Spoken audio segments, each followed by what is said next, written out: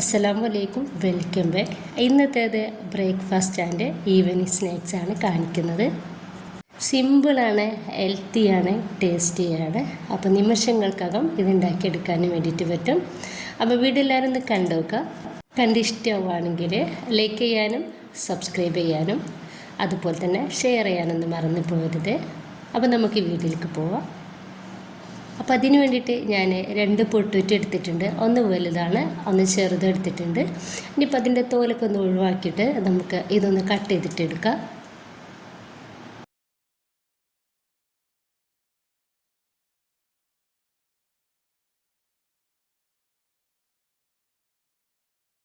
അപ്പോൾ ഇതുപോലെ മുഴുവനായിട്ട് ഒന്ന് കട്ട് ചെയ്തെടുത്തിട്ടുണ്ട്. അതൊരു പ്ലേറ്റിലേക്ക് മാറ്റി കൊടുക്കാം.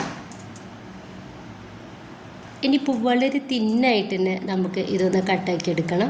ചെറുതാക്കിയിട്ട് തീരെയും കട്ടില്ലാത്ത രീതിയിൽ വേണം ഇതൊന്ന് കട്ട് ചെയ്തിട്ട് എടുക്കാൻ വേണ്ടിയിട്ട്.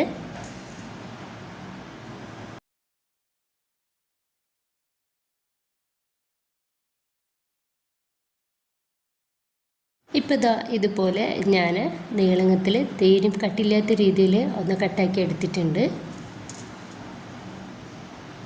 ഇനിയിപ്പോൾ ഞാനൊരു ബൗളിലേക്ക് 2 കോഴിമുട്ട പൊട്ടിച്ചൊഴിക്കുന്നുണ്ട്.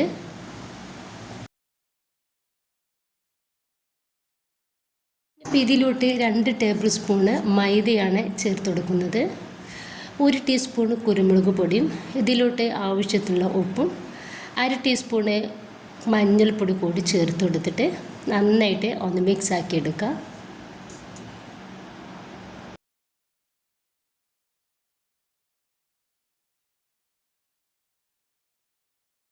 ഇപ്പോൾ ഇതിലോട്ട് 1 ടേബിൾ സ്പൂൺ വെള്ളം കൂടി ചേർത്ത് കൊടുക്കുന്നുണ്ട്. എന്നിട്ട് ഒന്നുകൂടി നന്നായിട്ട് ഒന്ന് മിക്സ് ആക്കി എടുക്കുക.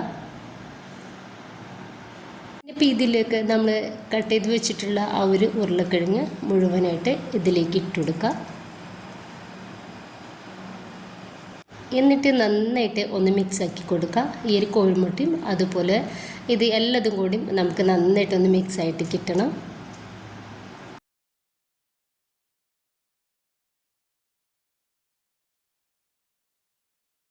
ഇപ്പോൾ ഒരു പാന് ചൂടാൻ വേണ്ടി അടുപ്പത്ത് വെച്ചിട്ടുണ്ട്.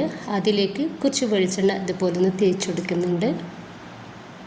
എന്നിട്ട് നമുക്ക് ഈ ഒരു ഉരുളക്കിഴങ്ങിൻ്റെയും കോഴിമുട്ടയുടെയും ബാറ്റർ ഇതിലേക്ക് ഒഴിച്ചു കൊടുക്കാം.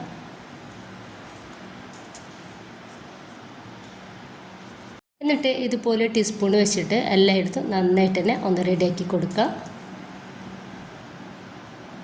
ഇനിയിപ്പോൾ നമുക്ക് ഇതൊന്ന് മൂടി വെച്ചിട്ട് ഒന്ന് വേവാക്കിയിട്ടെടുക്കാം.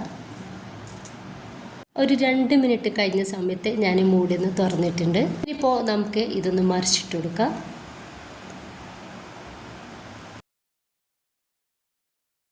വീണ്ടും ഒന്ന് മറിച്ചിട്ട് കൊടുക്കുക. 2-3 പ്രാവശ്യം നമ്മൾ ഇതുപോലെ തിരിച്ച് മറിച്ചിട്ടിട്ട് ഒന്ന് റെഡിയാക്കി എടുക്കുക. ഈ ഒരു ടൈമിൽ ഞാൻ ഇതിലേക്ക് കുറച്ചും കൂടി വെളിച്ചെണ്ണ അതുപോലെ ഒന്ന് തേച്ചെടുക്കുന്നുണ്ട്.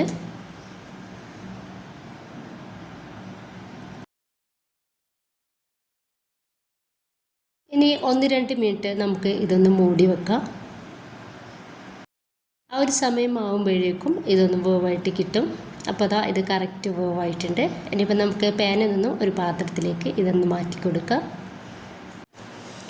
ഇനിയിപ്പോൾ ഞാനൊരു പാത്രത്തിലേക്ക് മാറ്റി കൊടുത്തിട്ടുണ്ട്. ഇനിയിപ്പോൾ ഇതൊന്ന് കട്ട് ചെയ്തിട്ടെടുക്കുക.